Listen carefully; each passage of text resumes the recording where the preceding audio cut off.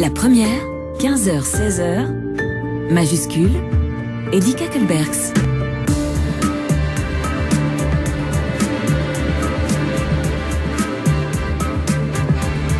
Bienvenue pour nos majuscules que nous allons égrener ensemble en commençant dans le secteur jeunesse par Je découvre l'art moderne avec Guillaume Bottazzi. Et nous allons ensuite plonger dans des jeunesses plus fracassées avec Monica Sabolo dans La vie clandestine chez Gallimard. Nous réentendrons un extrait de Stéphane Lambert pour son Apocalypse heureuse qui vient de recevoir le prix Rossel. Léla Bouerafa nous dira « Tu mérites un pays » chez Alary Éditions. Et Françoise Barré nous emmène au Max pour les 20 ans. Majuscule. Le dimanche de 15h à 16h. Sur la première. Si vous-même ou vos enfants n'y comprenez pas grand-chose, vous n'avez pas une sensibilité développée par rapport à l'art moderne, vous allez apprendre à mieux l'aimer, à le découvrir, à en comprendre les ressorts avec ce livre.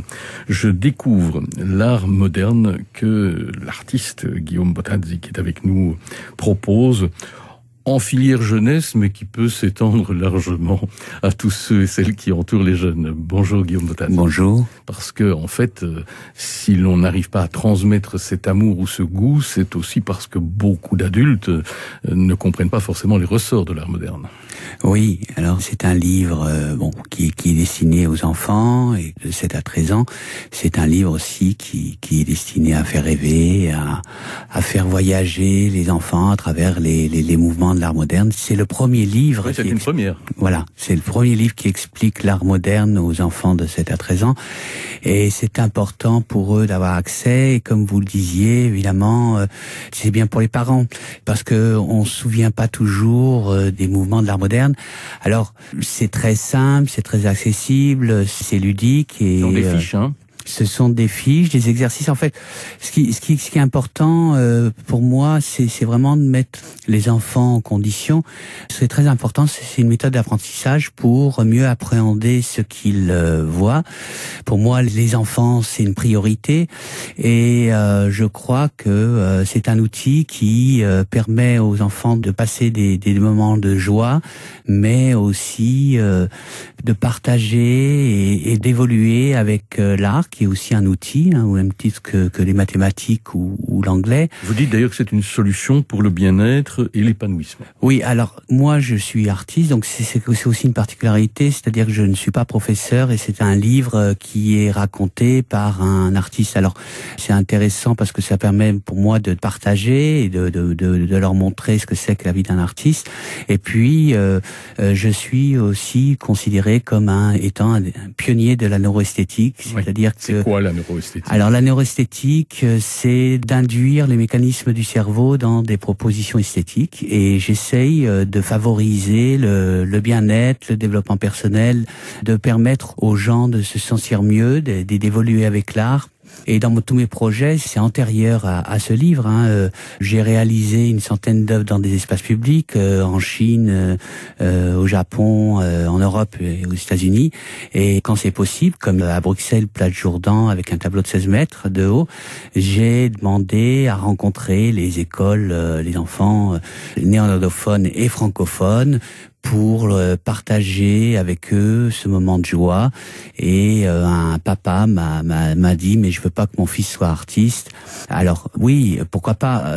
L'idée, c'est que l'art nous donne des outils qui vont nous servir ensuite. L'art est partout, dans vos vêtements, dans ce design, ces assiettes, etc.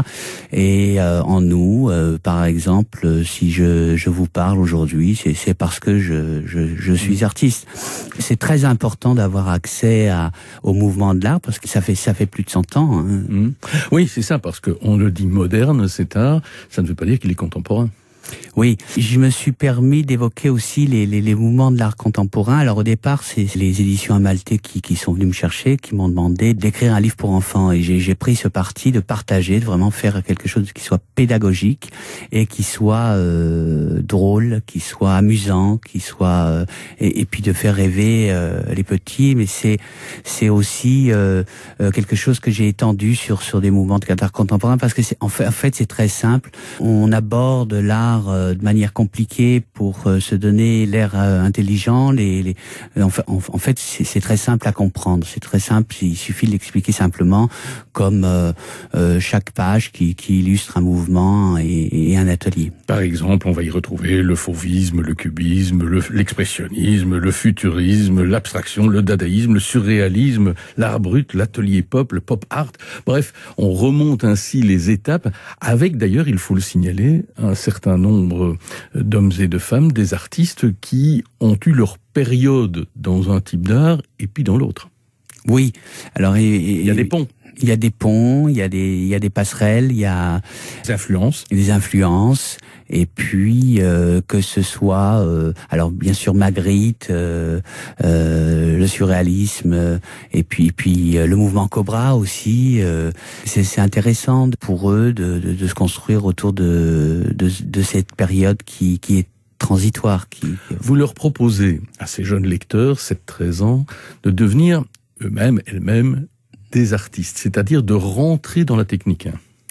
Oui, ce qui est important en fait, c'est l'expérience personnelle pour moi, c'est-à-dire que quand on explique quelque chose, c'est pas toujours bien entendu, et il faut leur permettre d'expérimenter, de jouer l'artiste pour devenir un artiste en herbe, et c'est très important. Alors il y a des jeux qui sont en extérieur, d'autres en intérieur, et puis à la cuisine pour fabriquer les couleurs. Alors il y a aussi toute une explication autour des couleurs. Les glacis. Les glacis qui sont des couches transparentes, la composition des couleurs, la perception, et puis chaque enfant va réaliser lui-même sa propre exposition. Sa propre exposition virtuelle, par exemple, ou aussi devenir collectionneur. Là, ça risque peut-être de poser un souci avec les parents qui vont peut-être trouver les demandes alors désormais des enfants un peu surdimensionnés. Oui, sachant que en fait, ce qui m'a inspiré, c'est que je vois les enfants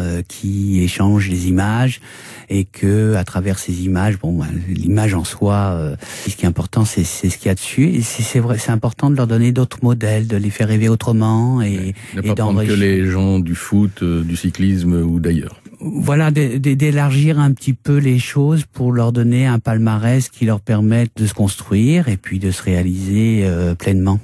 Alors, si dans la progression que j'évoquais tout à l'heure et qui effectivement aboutit aussi évidemment à l'abstraction, au mouvement Cobra, l'expressionnisme abstrait, etc., plus on avance dans la ligne du temps que vous nous proposez, plus on a le sentiment qu'un certain nombre de mots, nous les connaissons mal. Alors, si on peut encore savoir ce que c'est qu'un atelier de body art, l'arte povera, ça devient déjà beaucoup plus compliqué à situer. L'hyperréalisme, peut-être encore un peu plus. Et alors, carrément, vous allez jusqu'au manga. Et puis on retrouve le street art et le graffiti qu'on connaît mieux. Comment se fait-il qu'à certaines périodes, il y a des types d'art ou conventionnellement dénommés que l'on situe mal ? Alors parce qu'il s'arrête, parce qu'il s'adresse à une élite, que c'est une façon aussi, voilà. Donc je ne vais pas faire d'études de la société, mais l'arte povera, ça veut dire, c'est un mouvement italien, ça veut dire art pauvre, c'est-à-dire qu'on utilise très peu de matériaux, des matériaux naturels pour réaliser des œuvres d'art, c'est tout. C'est assez simple. Par contre, c'est intéressant à expérimenter. Ça témoigne d'une démarche en phase avec son temps. Oui, et puis oui, bien sûr, mais l'hyperréalisme aussi, c'est très réaliste. Donc voilà, c'est plus précis que la photo. On fait des choses. Et puis vous disiez l'autre. Alors j'ai dit on va effectivement jusqu'au manga, et puis on en arrive au graffiti. Oui. Alors le super flat painting, le manga, c'est quelque chose, c'est un mouvement japonais qui est très très présent aujourd'hui, mais c'est une forme, d'après moi, de pop art asiatique.